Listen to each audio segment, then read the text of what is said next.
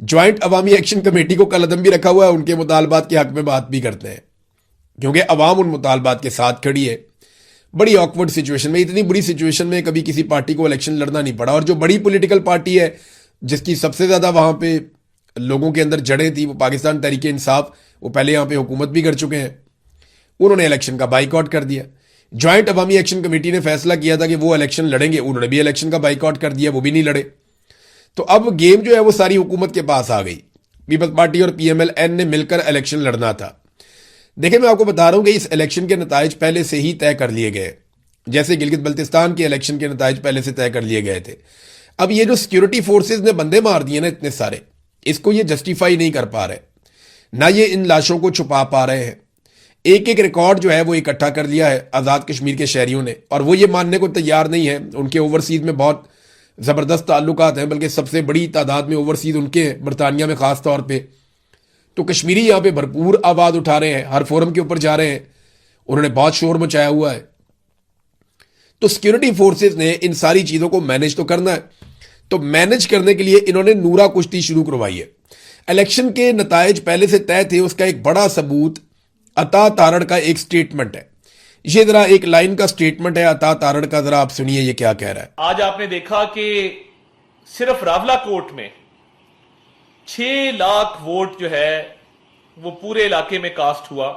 देखिए, information minister अता तारड़ का कहना है कि रावला कोट में 6 लाख वोट कास्ट हो गया। भाई, रावला कोट में तो भी वोटिंग ही नहीं हुई, रावला कोट में तो भी इलेक्शन ही नहीं हुआ। बेचारों को अब स्क्रिप्ट चेंज करना पड़ेगा। ये पहले से इनको पर्चियां दी हुई थी कि फलां फलां जगह पे इतना इतना वोट कास्ट होगा, इतना वोट आपको पड़ जाएगा, इतना इनको पड़ जाएगा, इतनी सीटें आपको दे देंगे, इतनी सीटें आपको दे देंगे। गिलगित बल्तिस्तान में हम हुकूमत दे देंगे बिलावल को, और यहां कश्मीर में हुकूमत दे देंगे मरियम को। तो आप लोग दोनों खुश रहेंगे, एक हुकूमत आप ले लें, एक हुकूमत आप ले लें, बस आपस में आप नूरा कुश्ती करते रहे। अब जब खून बह गया ना सिक्योरिटी फोर्सेस से, और वो बड़े पैमाने पे खून बह गया, और आलमी सतह पे ये खबर भी आना शुरू हो गई, तो इस दबाव से निकलने के लिए बिलावल को और मरियम को ड्यूटी दी गई कि अब आप नूरा कुश्ती शुरू कर दें, जितनी ज्यादा हो सकती है उतनी ज्यादा नूरा कुश्ती करें। अब अंदाजा करें, मरियम कहती है कि पीपल्स पार्टी जो धांधली की बारीक वारदात की मास्टर है, धांधली का रोना रो रही है, क़यामत कितने बजे है, ये मरियम ने पूछा। अब बंदा पूछे, इसका पूरा टब्बर जो है वो जाली इलेक्शन में जीत कर आया हुआ है मरियम नवाज का। नवाज शरीफ यास्मीन राशिद से चारों शाने चित हुआ था, बेड़ा गर्क करके रख दिया था यास्मीन राशिद ने। फिर नवाज शरीफ को एस्टेब्लिशमेंट ने लास्टिक की शलवार पहना दी, आधी रात को वहां का RO तब्दील करके। इतनी खौफनाक धांधली है नवाज शरीफ के हलके में कि अगर नवाज शरीफ के सामने भी आप रख देना वो सारे डॉक्यूमेंट, और उससे कहें कि जाली रिजल्ट बना दे, तो वो खुद भी नहीं बना सकता बेचारा। तो एक तो ये नवाज शरीफ इनका जो टब्बर का सबसे बड़ा आदमी है, वो चोरी करके आया इलेक्शन, बारीक वारदात तो वो थी। फिर उसके बाद शहबाज शरीफ कैसे जीता, हमजा कैसे जीता, मरियम खुद महर शराफत से इलेक्शन हारी है, आलिया हमजा ने शिकस्त दी है हमजा शहबाज को। तो ये तो इलेक्शन सारे के सारे हार गए थे। ये हारे हुए इलेक्शन के बाद इनको फॉर्म 47 जारी किया गया है। अब शर्जील इनाम मेमन जो है सिंध से, वो वहां से स्टेटमेंट दे रहा है, वो कह रहे हैं जी कि ये आप नहीं, फॉर्म 47 का नशा बोल रहा है। क़यामत 2024 में आ गई थी जब खैरात में मैंडेट बंट रहे थे, तो ये मैंडेट तो सारों को मिले थे। अब ये और स्टेटमेंट आप सुने, फिर मैं आपको इनकी कहानी बताता हूं। ये पंजाब की इंफॉर्मेशन मिनिस्टर, ये तो बहुत ही लो किस्म का इनका इंटेलेक्ट है, लेकिन स्टेटमेंट आप सुने। बिलावल ने कल किसी का गिरेबान पकड़ा, रात तक पांव पकड़ के वजाहतें देता रहा, क्योंकि बिलावल ने कल स्टेटमेंट दिया था ना एस्टेब्लिशमेंट और रियासत के खिलाफ, तो बाद में रात को पांव पकड़ के वजाहतें देता रहा टीवी चैनल्स पे बैठ के। ये जनाब उसको टॉन्ट किया है। कि एक और चीज, बिलावल का स्टेटमेंट है, ये फॉर्म 47 की वजह से बैठे हुए हैं। तो ये बिलावल ने भी स्टेटमेंट दे दिया। राजा परवेज अशरफ का कहना है कि सोचे समझे मंसूबे के तहत धांधली की गई है। फिर शर्जील मेमन आता है, वो कहता है ऐसा भी हुआ है कि इलेक्शन में पोलिंग स्टेशन पर 110% तक वोट पड़े। ये जो हुआ था 2024 के इलेक्शन में, जब PTI को निकालने के लिए आसिम मुनीर साहब ने पूरी गेम डाली थी। अच्छा, ये सारे एक दूसरे को कह रहे कि तू भी धांधली से आया, वो कह रहे तू धांधली से आया, ये नहीं बता रहे लेकर कौन आया। अब्बा जी का नाम नहीं लेंगे दोनों। बिलावल कह रहा है कि तुम्हें धांधली से लाया गया, ये नहीं बताएगा कौन लाया। उधर PMLN वाले भी कह रहे हैं कि तुम्हें भी धांधली से लाया गया, ये नहीं बताएंगे कौन लाया।